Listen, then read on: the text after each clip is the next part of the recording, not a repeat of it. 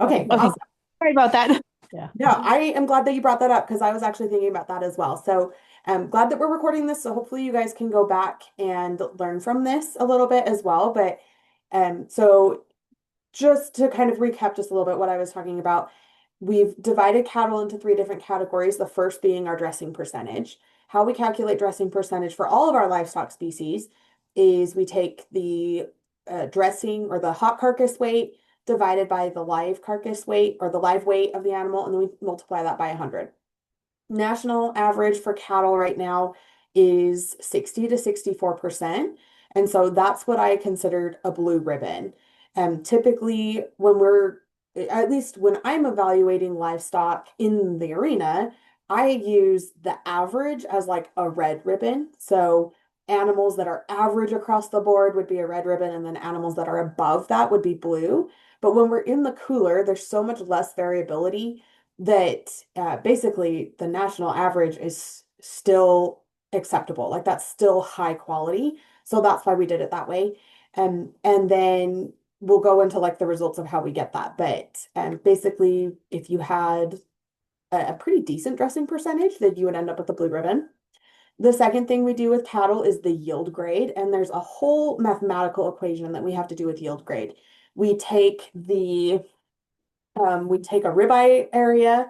So we have a grid where we calculate the square inch, like the surface area of the ribeye.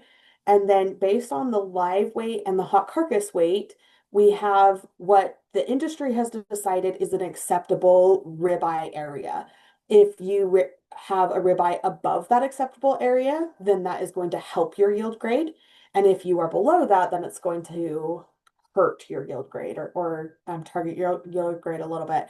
And I can give you guys that whole equation if you're interested in that. But basically what we did is we did a ribeye area.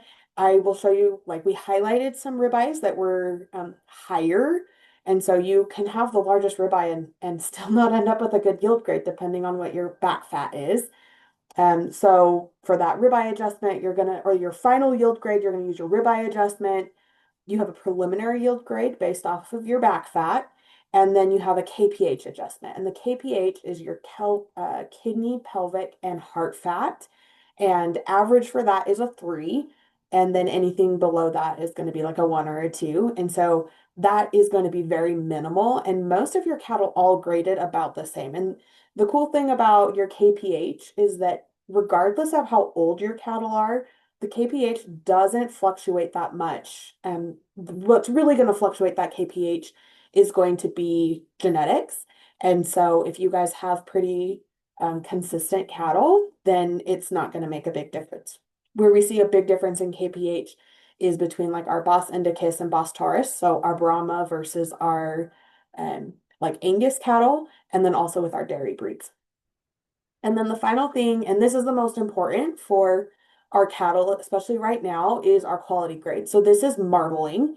And I wanted to go into this just a little bit more because marbling is so indicative of consumer preference that we actually get bonuses on our carcasses if we have good marbling, and we get severely docked if we don't. So this is the grade, or this is how we decide the degree of marbling. If you have slightly abundant, that's going to put you into the prime range. That is going to be like what I would consider a high blue. That's not even average in the industry. Like that is very high, good quality beef, which is why you see such a premium for it in the store. Then you're going to have choice and select. And select's going to be on the very bottom of what I would consider a blue range. So 90% of the cattle in the United States are going to be in that choice range when they're fed grain. When you are on grass fed and your genetics are for a fast growing, heavy muscled grass fed beef, it's going to be really hard to get into that choice range. So we've got that select. That means that you had slight amounts of marbling. And then the very bottom of that is going to be our standard. In the industry, we call that no roll. So this is cattle that you're never going to see in the grocery store. We typically are not going to cut them up into steaks or roasts. We're just going to ground beef the entire animal. And the reason being that typically, and this is not always true, typically when you're in that standard category for marbling, your meat's going to be a little bit tougher. It's not going to be as appealing in the grocery store. It's going to look really plain. And then typically the flavor and the cooking quality is also not going to be as good. So, with that being said, I wanted to go over the results quickly. So, I went ahead and ranked everybody. And I ranked all the way down to 9 for cattle because it was a little bit easier to tell. So, some things that I wanted to highlight is that our first place carcass for the steer, not only did they have a final yield grade of a 1.5, which is really good. Dressing percentage, you can see everyone got a red for that dressing percentage because it is well below what I would consider a blue, which is that like 60 to 64. And then the quality score is going to make a big difference. So I just wanted to highlight a few things.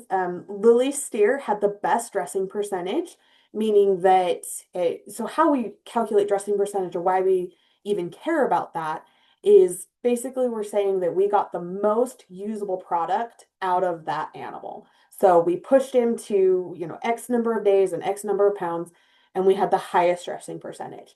Still could have been better because, like I said, national average is at that 60%. So we were just a little bit shy of that. And then still had a decent ribeye and was still a blue ribbon in terms of that final yield grade. What I really wanted to highlight is Aiden's steer, who by far had the largest ribeye area. A 14.6 is really good. And then when we're doing the final yield grade, I went ahead and just left this number. But actually, when we're doing yield grades, we don't do percentages. So a one anything in the negative is still going to be considered a one, and then anything within the two range. So we've got like a 1.835, that would still be considered a one. It's no better or no worse than a 1.5 or a negative 0.13. But I left those numbers on just so that you guys could see the differences. So Aiden steer not only had the largest ribeye, but he also was the highest yielding in terms of that final yield grade. The unfortunate thing is that this was a steer that just did not have enough marbling. And sometimes we see that. We call them antagonistic carcass traits, where when your quality grade goes up, your yield grade typically goes up. And we want a low yield grade. So a yield grade of 1 is going to be the most desirable. And then a prime would be the most desirable. So across the board, typically what we're looking for in our cattle is a yield grade of 3 and a quality grade of prime. So that's where we found that intersect. If you can get a yield grade less than 3 and still maintain prime, you're in a really good spot.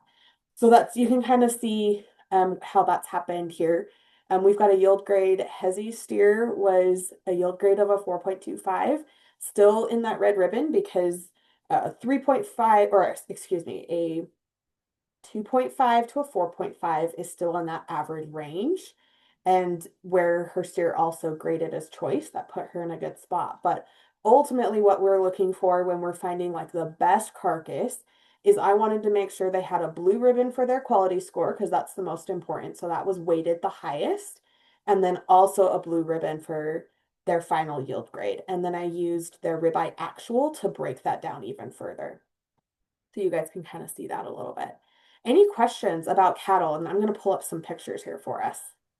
Yeah, I'm curious as far as again, I didn't see the show, so I'm not sure about the animals and stuff, but as a whole, would would your recommendation lean towards the way in which the members have been feeding their animals? Maybe they're not feeding them enough. Maybe they need to start with a larger, um, animal at the start of the project. Or again, if it's all related to genetics, then it's just going to be what it's going to be. But just wondering what they might possibly be able to do um, to improve, if that's the word. I'm not sure. Thoughts?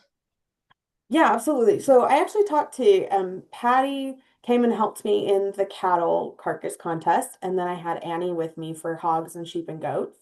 And in both cases, we talked a little bit about how do we try and balance our genetic diversity and the the cattle that we have available to us, or just the livestock projects we have available to us, And feed is so expensive. So is it worth it for us to adjust our feed and our genetics based on the environment and our management choices? And what are some things that we can do? So for cattle, and this is probably where I would point out the most is that um, a big ribeye is great, but not if we can't get it to grade. And so we have to be able to balance not only having a lot of usable product, but also making sure that that product grades and is marketable to the majority of our audience.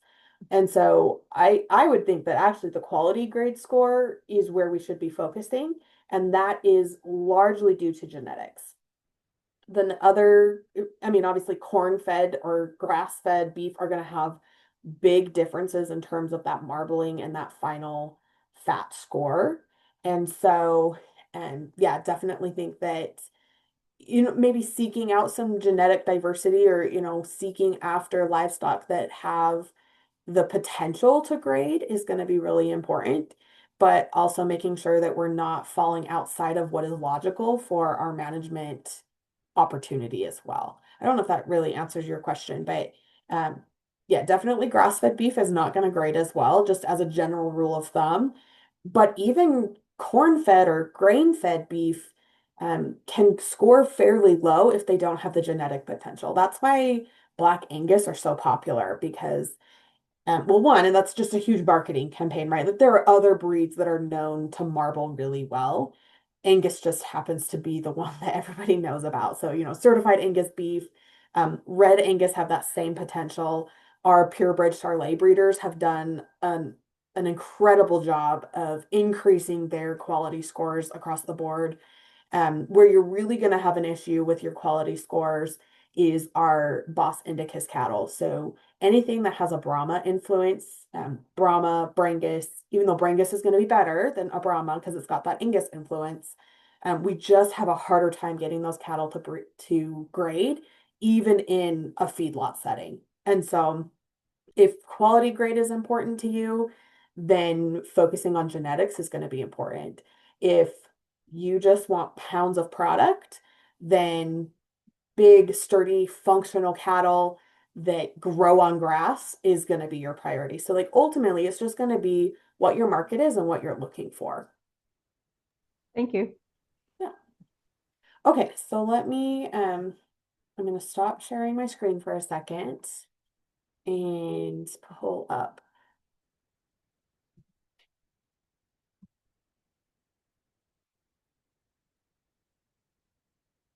another window. Okay, so we had the opportunity to go to, can you guys see that okay? Just want to make sure that I'm sharing the It's right coming up. There it goes. Now screen. it's on. Okay, perfect. All right, so we had the opportunity to go and grade your cattle. And the cool thing about this facility is that it's all a mobile unit. And so we actually were able to see all 9 of the carcasses lined up together. And it was really cool to like walk into the cooler and see that. So you'll see some candid photos in here of us. We had to bring a ladder in because I was not tall enough to grade the cattle here. So you can see I had to like crawl clear up on the ladder, but here in my pocket, we've got marbling cards and then the loin eye area. So what I'm doing here is taking that loin eye and I'm counting those squares to get that ribeye area so that we could calculate the PYG. So we made sure we took a picture of everyone's tags.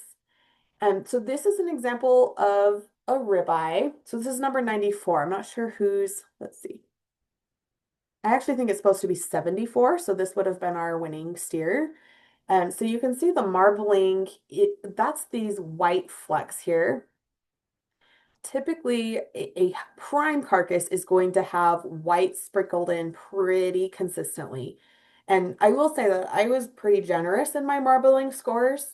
In like a USDA inspected plant, maybe would have been a little bit harsher on this, but um, here's another example of a steer that had that choice marbling. So you can see there's, some like white flecks here and larger flecks. And these actually all graded as choice negative or choice minus, meaning that they were on that bottom end of the choice scale. And here's an example of one that had very little marbling. You can see, and granted, like the light is not great in here, but you can see how sparse it is. Here's another example. And the cool thing is it's fun to see like the difference in the shape. We've also found that there's a pretty strong genetic component to that as well. And then when we're looking at our back fat, so when we're doing that yield grade, we're actually going to measure it right here on just the outside of the ribeye there. Here's another one that's pretty sparse. And here's one that you can see, like the color is really consistent. And I will say, like these cattle were all obviously in the A maturity range, which is exactly what we're looking for. You can see the color is dark red, and like that's what we're looking for. When you look in the grocery store, that's what people want. They want that dark red meat. Just wish that the steer had added in just a little bit of marbling to help make that help us out here just a little bit. Hey, any questions about the cattle contest?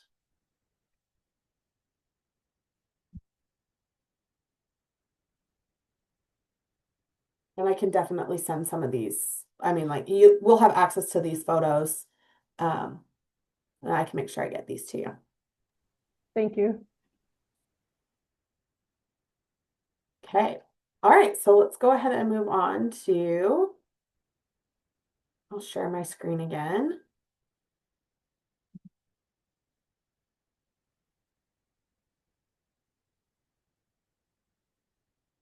Okay, so into our hogs. So, like I said, I was going to take a little bit more time talking about our cattle, just because when we grade cattle, we really do offer benefits both on the yield grade and the quality grade. Even though quality grade is going to give you more of a bonus, we call it the choice select spread. So you could be making upwards of $30 more a pound for quality grade in cattle. But hogs are completely different. So the first thing that we're going to discuss is dressing percentage. Same thing with dressing percentage as the rest of our the rest of the species. It's that hot carcass weight divided by live weight times 100. For pigs, the average is 74%, like pretty solid 74%. And I honestly think that the reason it's such a solid percentage is because most of our hog facilities are going to be vertically integrated. That means that one company owns everything from the farrowing crates clear up to the slaughter facility. And they own the feed, and they are very particular about the management practices all the way through. And so when you think about the millions of pigs that are being harvested every year, that percentage has been so consistent because they're all coming from the same place. And we did notice in our dressing percentages when we're going through these that we could tell like families had very similar, uh, probably because their breeding was very similar. And so like the dressing percentage and things from some of these hogs was also very similar. So, unlike cattle, hogs are actually given two grades. They're either acceptable or utility. So, cattle we grade on a scale of 1 to 5 in terms of that yield grade, and then we've got a quality grade on top of that. With hogs, it's completely different. One, because hogs do not have intramuscular fat the same way that cattle do. So, we're actually just looking for color and texture. And we did have some hogs that were a little questionable in their color and texture, but we didn't really highlight that, and I didn't use it in my placings other than to break some ties. So with our hogs, when we do this US grade, we use a combination of muscling and fat. So we're going to look at the overall carcass, and we're going to decide if it's a like an above average, which is like a 3, clear down to a -1 in terms of that muscling score. The muscling score is not just the loin-eye area, it's the muscling in the ham, it's over the rib cage, and down into the shoulder. So we grade them a US1, US2, US3, US4, and these are categorized into both that acceptable or utility categories. A US5 is going to be that um, unacceptable, essentially. They're going to be utility. So all barrels and gilts with probable unacceptable quality of lean or belly thickness.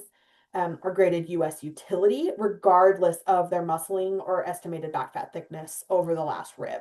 And I'll kind of explain what that looks like. And then barrels and gilts, which may produce soft and or oily fat, will also be graded US utility. So that's the biggest concern about our pasture pigs. Although they grow fast, they do great on limited quality feed. That's something that we've bred them for specifically. Our industry has shifted away from that really oily fat. A lot of our pasture pigs are based off of a heritage breed when you were getting more money for lard or fat from your pigs than you were the actual lean muscle product. And so as a whole, our industry has shifted away from that lard production into that lean muscle production instead.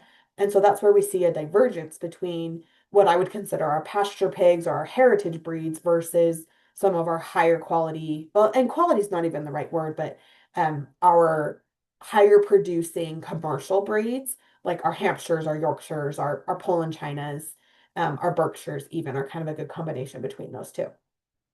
So, with that being said, I'm gonna just pull up, because there were so many pigs, it was hard for me to get this spreadsheet into the like onto the screen so that you guys could see it. So let me pull this up really quick. I'm just going to pull up the Excel spreadsheet. Okay, can you guys see that okay? And I'll just Yeah, it's zoom a in. little bit small, but it's there. Yeah, that's maybe if you can get it just a little bigger, maybe. Okay, Right, let me pull that'll be good that up. right there. Okay, um, so with this, and this actually, I went back and forth about this. So in terms of this placing, um, I actually think, any other day I would maybe use this muscle score, of these threes to break these ties. But ended up going off of this loin-eye area, this larger loin-eye area to put Eliana's hog in second for the carcass contest.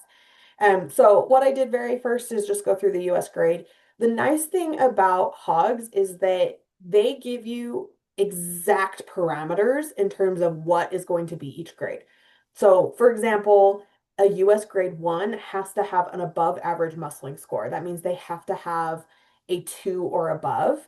So a two plus, or a three, all of those would be considered above average. And I went ahead and just gave, like our threes, or I mean, like our twos a blue ribbon, and then anything below that a red in terms of that muscling score. And then they have to have less than 0.75 inches of fat typically. And that industry actually has accepted a little bit more back fat. So now it's less than an inch is what I used for that US grade in order for them to be a one. So you can see we only had three pigs in the carcass contest that even graded a one, which would be like a high prime. That's good just across the board. Most of our commercial pigs don't even grade a one. They're going to grade as a two. And so that's pretty, like, I think that is really, um, I think that's great that you guys are able to do that. I'll just go ahead and put that in here now. And so then from there, really numbers don't lie. So the next thing that we're going to look at in terms of this grading is going to be, so their US grade, you can see like we did get some threes up in here. What's going to switch that is ultimately just this actual loin-eye area, because that is going to be lean muscle product. And I haven't put the ribbons in for the dressing percentage yet because I was actually super impressed. You guys can see um, the dressing percentages.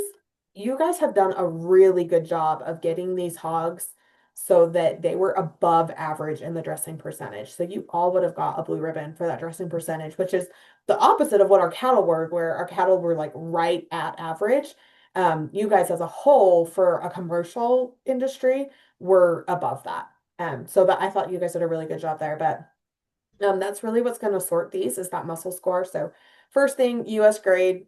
If you're a grade one, you're not going to get beat. And then from there, the twos and threes were pretty close. These ones that are highlighted, this is where the fat depth was a little bit concerning.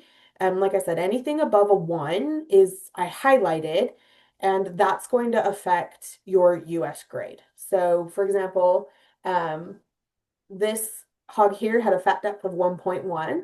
even though it had a muscle score of a 2, so a blue ribbon in terms of that muscle score, that fat depth was just a little bit too high in order to grade as a 2. So that's what's going to push that hog down here into a 3. And then again, like a 1.5, even though that was a fairly decent muscle score, still going to push it down into that next range. So from there, we've got these muscle scores of a 1. So that's these red ribbons. And then we had some muscle scores of even less than that. So typically, we wouldn't actually call them a 0.5. It would be a 1 minus. But just for the sake of my Excel spreadsheet working the way I needed it to, I went ahead and just put it in as a 0.5. You can see that we've got when you have a lean muscle score and also more than an inch of back fat, the industry is actually going to rank you as a 5. So that's going to be a carcass that commercially is not going to make it to the grocery store. I don't think that's true for what you guys are selling and for your commercial grade. So I don't want you to be discouraged by those numbers. But just as kind of an idea of like maybe some things that we can work on and do better is, working on not getting as fat and then also making sure that we're selecting for animals that are still going to provide a usable product and have a market for them at the end. So, yep, so those ones are ranked all the way down. Any questions about hawks?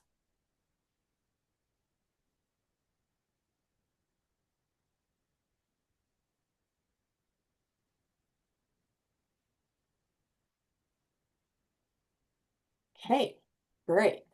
And so I'm just going to sort something really quick because um, I must have not saved my spreadsheet, which happens sometimes. So give me just a second to sort this out really quick. And while I'm talking about this, so while I'm sorting this, I will just say it was kind of fun to see our goats and our sheep side by side, and there's definitely a difference in the carcass shape of our goats, our sheep that have some, I think it was called Black Forest is what Annie told me that they're, that those breed differences, and then our sheep, like our more heritage sheep, like our hair sheep still have very shapely, acceptable carcasses. With sheep, we do look at flank streaking. So we're not going to look at the marbling within the, oh, I forgot to show you pictures. I'll go back and show you guys pictures here in just a second of the hog and the sheep and goat carcasses. But in sheep, we don't see that marbling directly in the loin-eye muscle, but there has been a correlation between the palatability, which means the consumer preference of our sheep and goats, and flank streaking. So what that flank streaking is we just give them a score of either a +1 or a -1 or a 0, meaning that they're like right at average. And the more flank streaking we have, the more tender the loin eye typically is. Um, of course, without actually doing a consumer test and like all sorts of tests on the muscle, we couldn't tell for sure if that's going to be a direct indicator of tenderness, but in general, that's what we have found. So what we did with the sheep, and we did this with I call them small ruminants. So with the goats and the sheep, we did a dressing percentage. We did their loin eye area, the fat depth. All the fat depth was what I would consider acceptable. Um, the goats maybe could have used a little bit more fat cover. And that just happens when we have one, they're young goats, and two, they're goats that have quite a bit of dairy influence. So they were Nubian cross. I know they had some Boer in them. I can't remember for sure what Owen and Lily told me what they were for sure, but they weren't like straight Boer goat. And Boer goats typically just put on a lot more fat. That's just how they are. It's actually pretty hard to get fat goats most of the time. Like they do not put fat over their back and over their loin the way that some of our other species do, especially sheep. So I'm not super concerned that the fat depth on these goats was so light.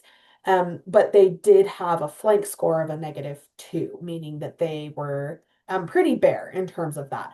Again, I think that's just genetics. I don't think that's feeding. I don't think that's age.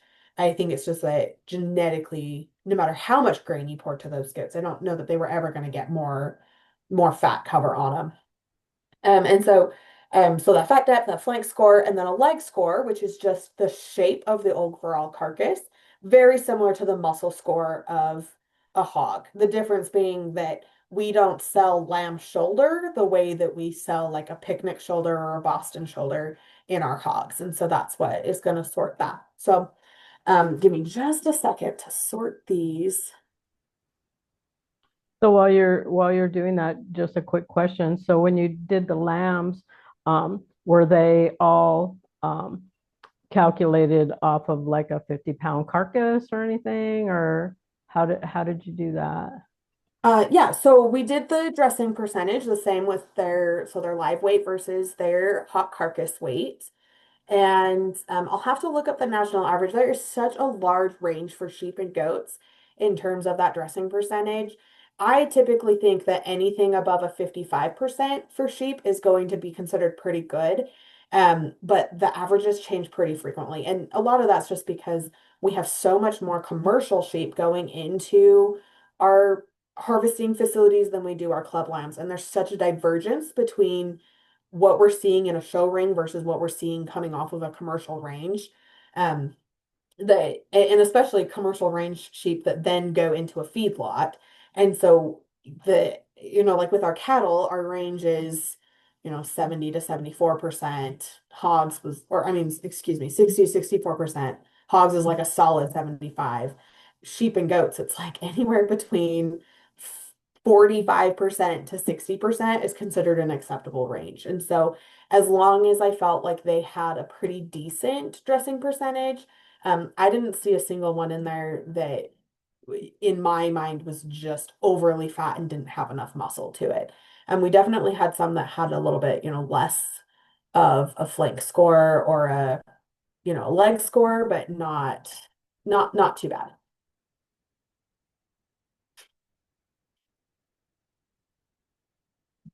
Okay. So let me just sort these really quick. And again, the cool thing about hogs and sheep and goats is that if you have the formula, as long as you have someone that can give you the scores, the numbers don't lie. Like you can sort them pretty easy, and then you just have to decide what your placing factors are going to be in terms of breaking ties.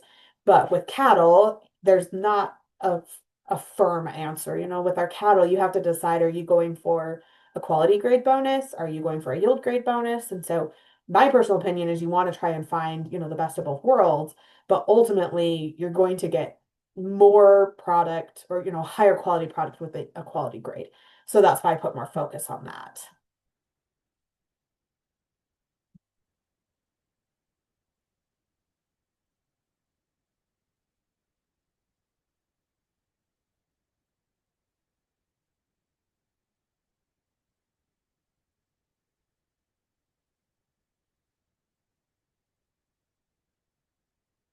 Okay, let me just make sure that this is going to add up the way that I want it to. Because like I said, it did not save. So I sincerely apologize. Should I know better than to not save my work constantly? Yes, I should, but here we are. So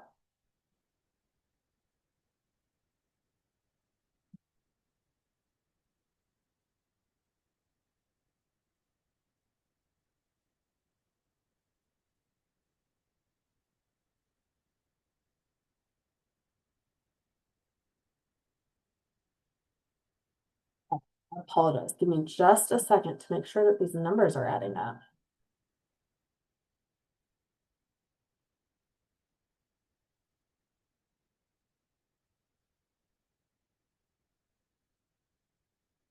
Basically, what I want to make sure is that um, a loinite area is going to be really important for our sheep, but we also want to make sure that they have decent flank streaking and that their leg score is also appropriate. And so, as I'm sorting these, like if we're going to sort them straight off of loinite area, that's going to have a different effect than if we calculate all of these three things in together. And so, since my formulas are not working, it's going to take me just a second to make sure that this is all coming together the way it should.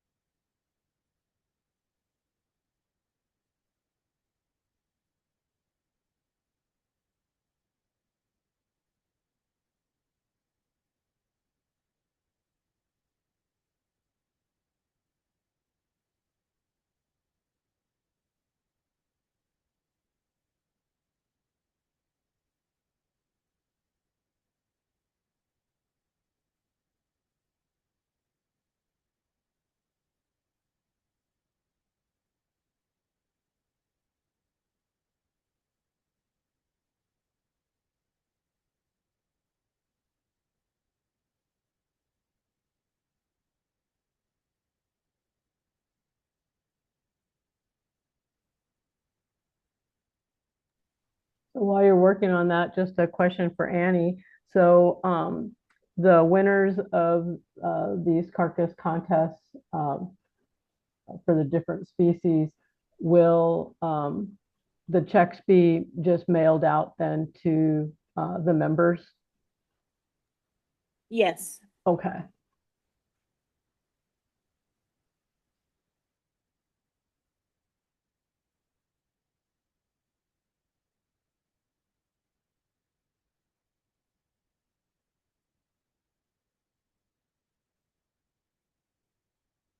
Sorry, guys. I'm like feeling really under pressure. So I'm like trying to make sure I'm not making any mistakes here since I know that there's a lot on the line for you guys. So,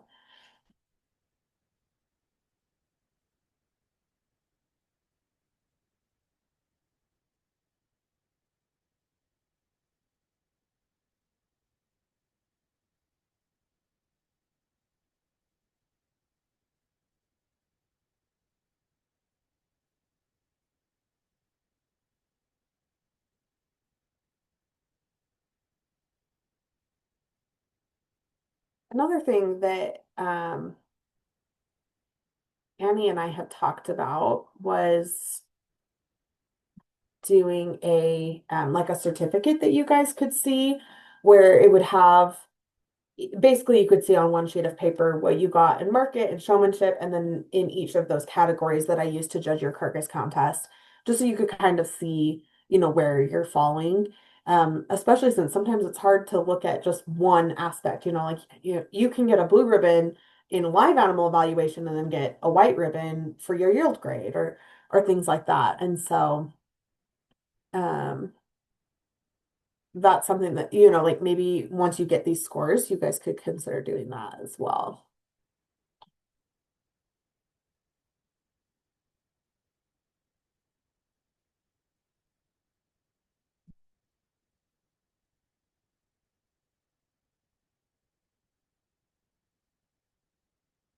Okay, this is like not, I think I must have like a weird formula in here. So give me just a second.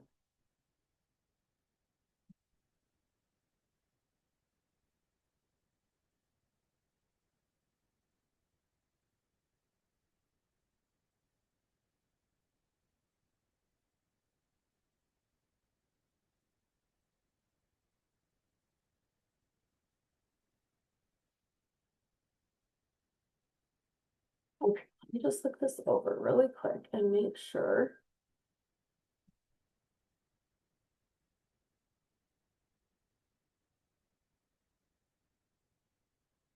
Okay,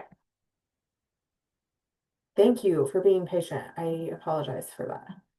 I didn't realize it wasn't adding up until, of course, we're here on our meeting. So, all right. Okay, so can you guys see this okay? Maybe make it just a little bit bigger if you could. Okay, and I think we can go pretty big on this one. Yeah, there you go. That's good. Even. Okay, so like I said, dressing percentage, you guys did a great job. You're all, above that. Maybe the only one that is a little questionable would be Ellie's sheet there on the bottom that was a 42. But I mean, the range is so large that I still wouldn't, I wouldn't be worried about that. So this is we can actually hide this column. You guys don't need to see that, but this is the loinite area, the actual loinite area.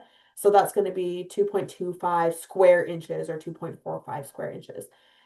So ultimately, what I did in order to rank all of these is I'm going to take a score. So I'm going to take that flank score. So that's that flank streaking that I talked about.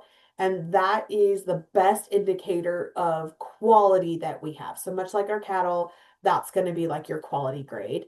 Um, and then I did a leg score. So obviously that, the quality of our meat's going to be important, but then we also want to make sure that we're providing an adequate amount of muscle. We want to make sure that we're not just pouring feed into an animal that's not producing any muscle or product for us. And so added those two things together, and that's what's going to give us a score of a 3.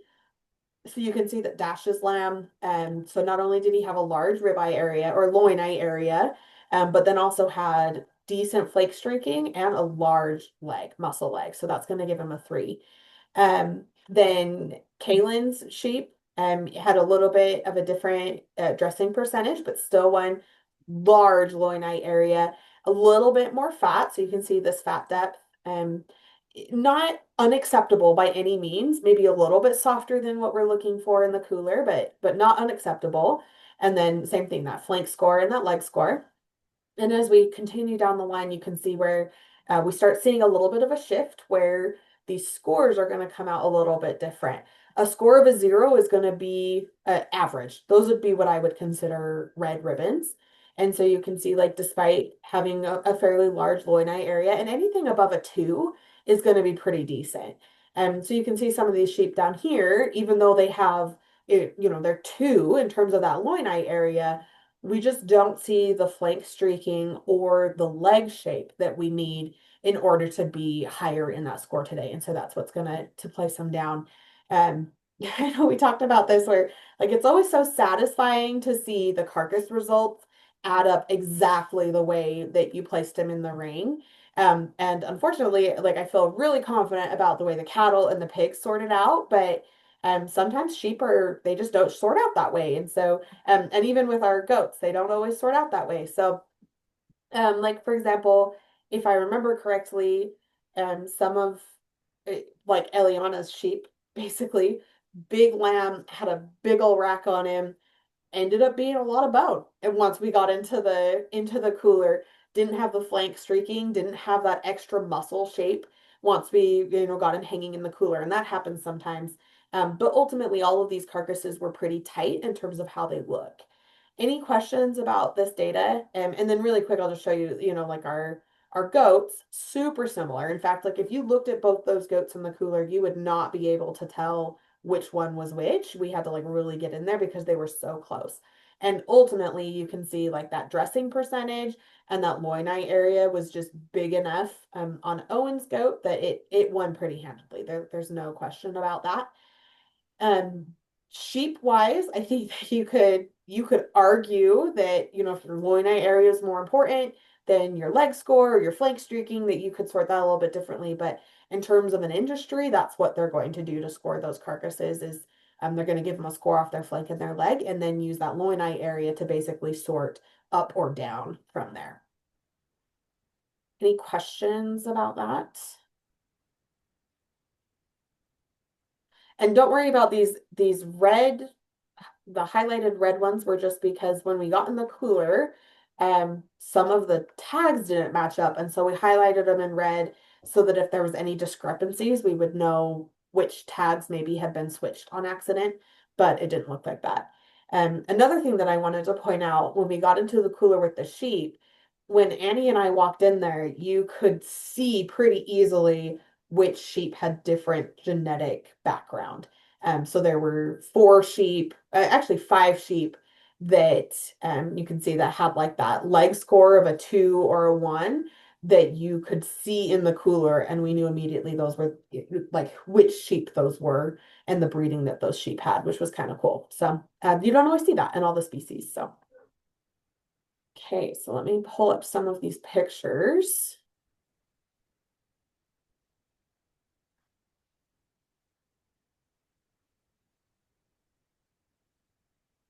And Patty will tell you when we were in the cooler for cattle, it was Patty, Brad, and I, and between the three of us, only one of us would remember to take pictures each time. And then with the hogs and the goats and the sheep, it was Annie and I, and we forgot to take pictures until the very end. And then because they're a USDA and federally inspected plant, they were on a little bit of a timeline.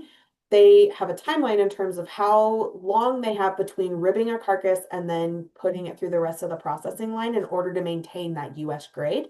And so they were in kind of a rush to get them out. And so we didn't get pictures of all of them, but we wanted to show at least some of these pictures so that you guys could see some of these differences, and specifically with like our sheep and our goats. So this is a goat, and I don't have the individuals listed on here, but you can see fat like this so thin we could barely uh, even measure it, right? And then this is going to be number 48. So these are our 2 goats. You can see the differences there just in that fat shape. But Also, a pretty distinct difference in terms of the shape of the loin in our sheep and our goats. So here's our two little goats hanging next to each other. A little bit of a disillusion because one is hanging quite a bit higher than the other, but very similar carcasses. Like you would not be able to look at these and know which ones they were. You can also see on these the chine bone. So that's just that spine, the spinal process that's poking up in between the shoulder blades. We typically, on our sheep, that's typically going to be pretty rounded and you're not going to see it. And on our Boer goats, that's one of the benefits that our Boer goats bring into all of our market goats is that they offer just a little bit more muscle shape right there behind the shoulder. And so when you're selling a full carcass, which is typically what we do with our goats, you're selling the carcass whole, and that extra shape can really help you in terms of that grading. So here's a lamb that had quite a bit more fat on it than, obviously more fat than our goats here. Not unacceptable in any means. When we see lambs that are too thin, we have what we call bluing in the cooler, which means that the muscle actually gets exposed to too much air all the way down and it can actually spoil. And so we do want a little bit of fat. We don't want them so trim when they get to the cooler.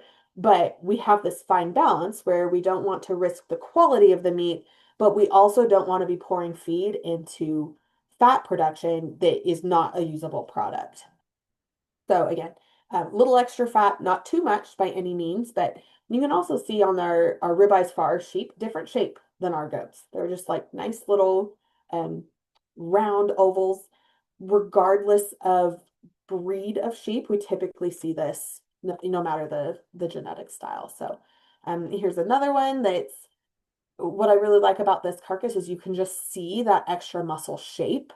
So on the left, you can see where we would do that muscle score. So we want those legs to look really thick. We want to see that muscling come all the way down into the shoulder.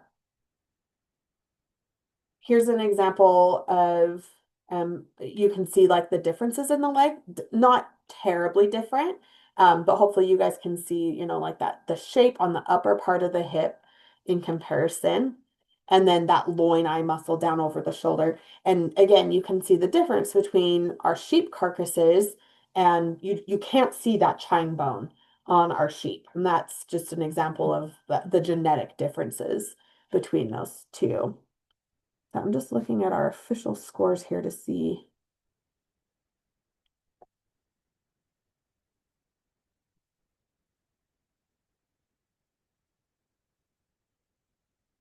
Yeah. So this one had a fat thickness of 0.3. It had a leg score of a +1, and then a negative on the barbelling or the flank streaking. And I don't think we got any pictures of that flank streaking, but some of these carcasses were kind of hard to see too. But you can see the muscle shape, the difference in this one. You can also see right over the shoulder where, I talked about that bluing in the cooler. You can see where there's just not as much muscle or, fat cover over the top of that muscle. And so that muscle's not as cherry red right there over the withers. It's starting to get just a little bit of that blue. Not spoiled by any means, but just a little bit blue. And you can see that over the leg and over the hip just a little bit as well. This is an example of one of the carcasses that had a negative leg score. So you can see the difference between, that the upper shape on the hip and the loin, and then, having very little shape over the leg. You can also see the twist pretty well when they're hanging like this. So, the twist is that spot between the dock to the inseam of the leg, of those flanks. And so that just gives you a little bit of a view there.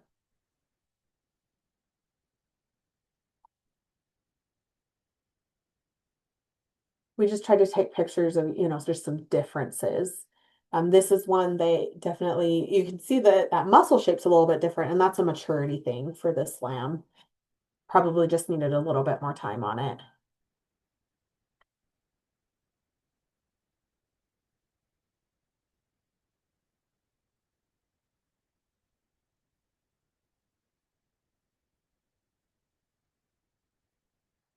Okay.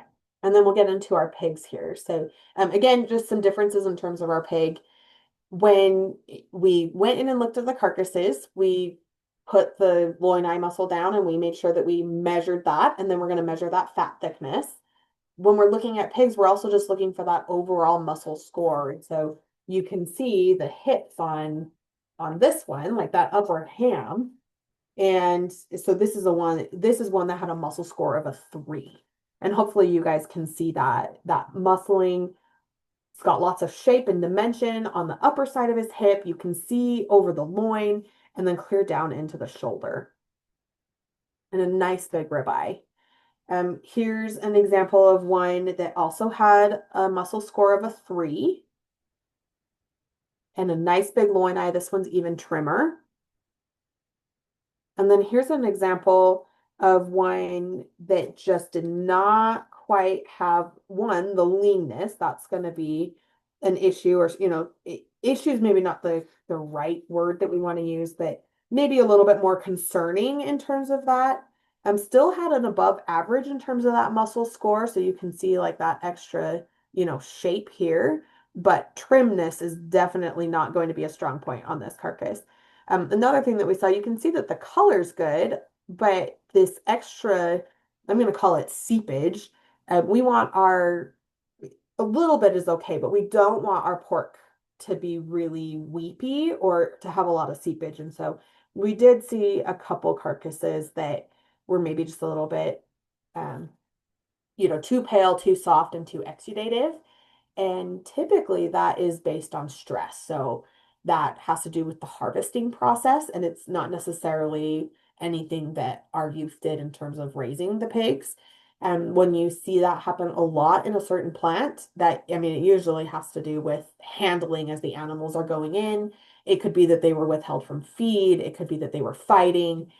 So there's a lot of different things in terms of the management that can cause that. But if you're seeing it a lot from one genetic line, it can also have a genetic propensity. Like for those of you who have been showing hogs for a while, you probably, had some hogs that were just super calm and chill. They'd come in, adapt, they never fought, they were fine. And then, hogs that are just a little bit more high strung and have that extra stress and stuff. Um, that's obviously not something that we want to breed into our herd or be selecting for by any means. So this is a hog. The picture's a little bit harder to tell, but you guys can see there's just not as much muscle definition up here. So this is one of the hogs that we actually scored as a 0.5 or a negative score in terms of that muscle score. One that just did not have that shape and dimension. And where you really would have noticed this is down in the shoulder, where the shoulder just is really flat. And you can actually see a little bit of that chine bone, and then also just like you can actually see the blade in the pig. And then, of course, like that extra fat is also going to be a little concerning. If you've got a lightweight pig that also has a lot of fat, whether you were pouring in extra resources or not. So if your pig was eating a lot of grain, you were just pouring extra grain to this animal. If your pig was eating grass, then you just pushed him, like you could have slaughtered him earlier, basically, is what that is going to be an indicator of. This is an example of one of those pigs that just was really wet. You can see even before we started pressing on it with the loin eye grid, it was dripping. And when we were like pushing the carcasses around, it was like leaving a little bit of a trail. This is an example of a pig that probably had some level of stress before the harvesting process, and that's what's going to cause that. Here's another one that was maybe just leaking just a little bit, but this poor pig, again, you can see the muscle score just a little bit. Trying to find like the exact loin eye area, like that we had here on this one, but I'm not seeing it on my sheet right now. But anyway, just some differences that you guys can see. Oh, here's my hum. Quite a bit of fat on it. Again, this is, that's going to be a heritage hog that they were bred specifically for that extra fat. And so that's not a bad thing. It's maybe just not what we're looking for in a market hog. And so that is what I've got in terms of pictures and presentation. And do you guys have any questions? Anything that I can answer for you?